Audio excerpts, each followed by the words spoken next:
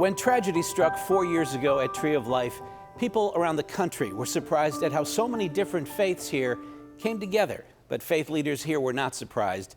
Last year, on the third commemoration, Christine Sorensen sat down with the local leaders of 5 different faiths about why and how they work together and what they hope their continued collaboration can mean for our community.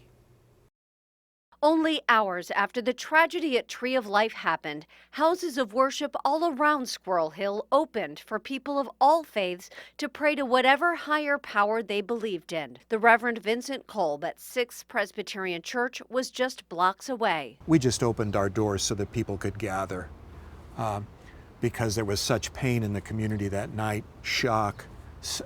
People were stunned. Within a week, 100 leaders of different faiths stood with Jewish leaders at the memorial at Soldiers and Sailors Hall. The Islamic Center of Pittsburgh, where Imam Chris Karras is now a leader, collected and donated money to help pay for funeral costs.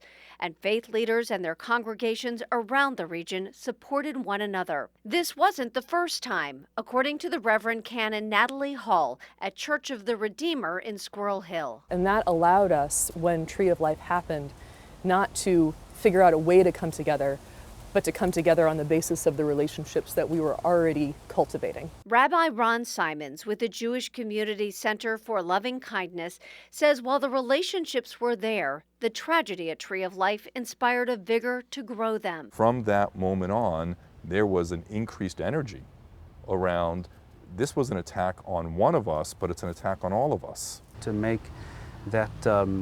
that connection be strong, not only at times of tragedy, but all year round and lifelong as they should be.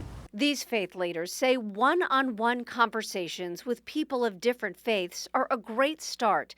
The Reverend Tim Smith, who represents Center of Life Community Center in Hazelwood, says it's especially important for people from different communities, backgrounds, and life experiences to talk. It'll help also to break down the stereotypes that have been built up for generations and help people to really be able to value folks for who they are individually and not use a broad brush to describe or marginalize any particular group. By engaging in these relationships, it's just harder to dislike your neighbor if you're eating together, if you're breathing together, if you're planning and organizing, if you're praying together. It's about finding our common humanity to tackle tough issues, including race relations, police relations, climate change, poverty, and a pandemic. So this is not a sprint.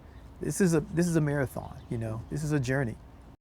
Those religious leaders all told Christine that while they have their differences, they share much in common. Primarily that we're all created in the image of God and that each person has value.